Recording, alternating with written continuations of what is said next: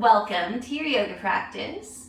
Today we're going to do a short 10-minute practice to approach headstand. I know that a lot of people out there are scared to get into a headstand and to go upside down. And although you don't need to ever be able to do a headstand to do yoga or even to teach yoga, if you are interested in starting to get upside down, here are some tips and some ways that you can start playing towards getting upside down. So Violet is demonstrating the use of the blanket. You're gonna have to move soon, okay? A nice yoga blanket or any type of blanket or towel is good to put under your head. If you do a headstand on a very solid, hard surface, it's just not gonna feel good. So that's what we're going to play with, and we'll play primarily with tripod.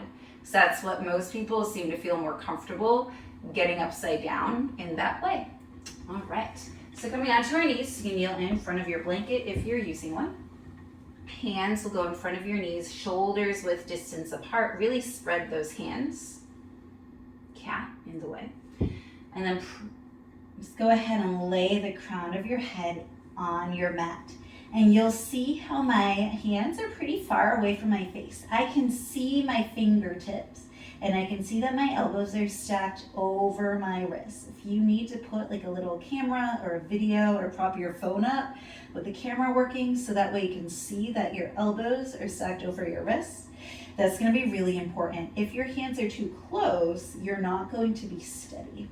We want our hands and our biceps and our forearms to take some of the weight out of our neck. So a lot of the weight is going to go onto your shoulders, arms, core, legs. Your neck and head won't feel that much. It's kind of cool. All right, tuck your toes under and then just lift up your hips, walking your feet in slightly. There we go. So you're already starting to feel what it's like to be on your head. You can rock back and forth by lifting your heels up and lowering them down, lift them up, lower them down, and all the way, pulling your belly button in towards your spine. All right, go ahead and lower both knees down. Walk your hands back, sit back on your heels and come up. Go ahead and give your wrists a nice little rolling out. We're going to be very gentle as we're trying to get in, and that pose that we just did, it's kind of a modified dolphin pose because we don't have our hands like this, we have our hands like that instead. But that's a great place to start, especially with the rocking back and forth and with the arm placement and drawing in your core. That'll build up your strength and maybe your courage. Maybe you'll start feeling comfortable being on your head. All right, so let's add something to that so you can start building even more strength. Placing your hands, shoulders width distance apart in front of your knees, and then your head far in front. That way you can see your fingers. Then press into the hands, spread those fingers. Tuck your toes under, lift your knees, and walk your feet in just a little bit. All right, and from here you can go onto your toes slightly. Hips are starting to go over your shoulders, and then just start tapping one knee to one bicep. So right knee to your right bicep, lower it down. Left knee to your left bicep, lower it down. Right knee to right bicep, lower it down. Still hugging your core into your spine, and just alternate a few times. Remember, really press into your hands to take the weight away from your head. Let's do one more each side if you're still going. Right and left. And drop down on your knees. Sit back on your heels. Roll out your wrists. And your wrists aren't getting that much pressure, but just to, in case you're putting a weird pressure on them, it's just nice to roll them out. All right. So now we'll play a little bit more with that. And I'll show you another way that you can start getting into it as well. But we're just kind of experimenting with having the pressure on our head and maybe playing around with feeling comfortable doing that. Now, I know that middle of the room might not be the best option, so I'm going to place my blanket towards the back of my mat, towards my wall space, so that way the wall can catch me just in case I decide to topple over. So I suggest walls are great. And when we're doing headstands, we never, ever, ever, ever want to kick up.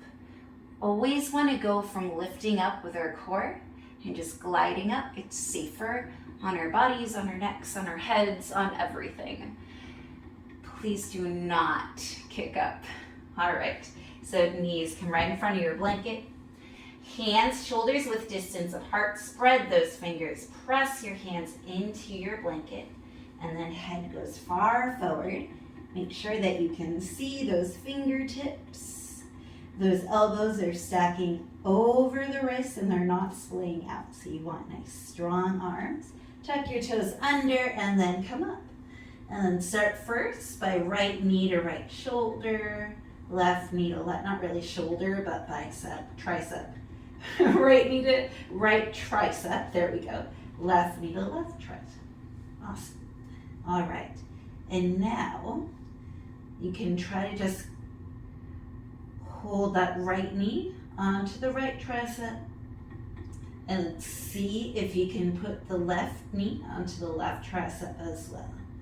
So I remember doing this back in like elementary school. We called it, I think we called it frog pose, but I don't really remember.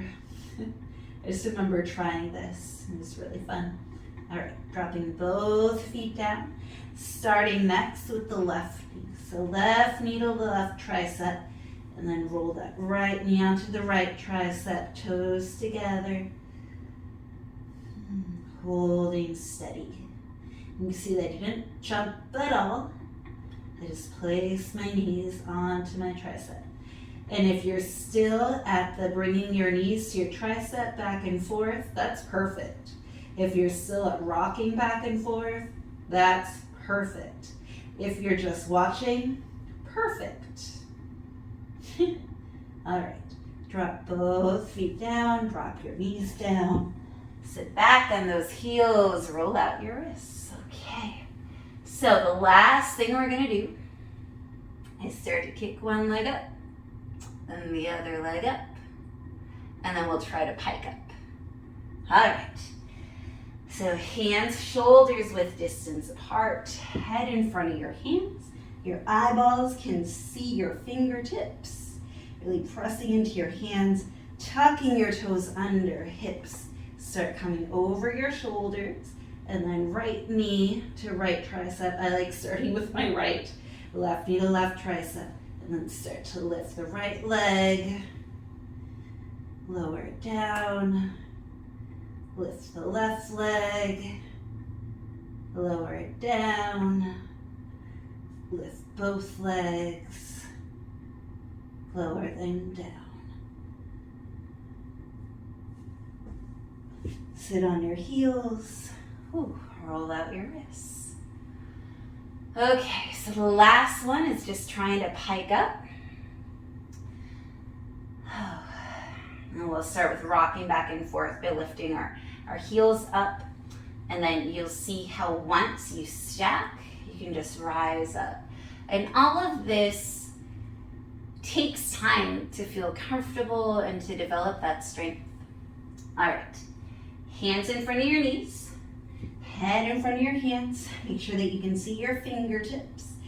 Elbows stack over your wrists, tuck your toes, lift your hips, walk your feet forward slightly, and then rock back and forth just a couple times. You can start to feel what it might be like to lift, and then the next time, start to lift. All the way up.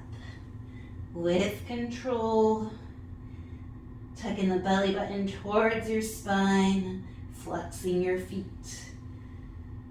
Legs together, elbows hugging in, and then piking back down.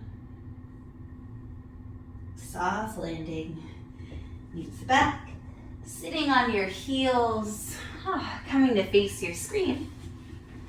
Hands to your heart. Whew. Okay. So I hope you liked that introduction into starting to play with the headstand. And of course you can build up little by little. Yeah, I hope that helps and that it was enjoyable. I also hope that you have a beautiful day. Bye.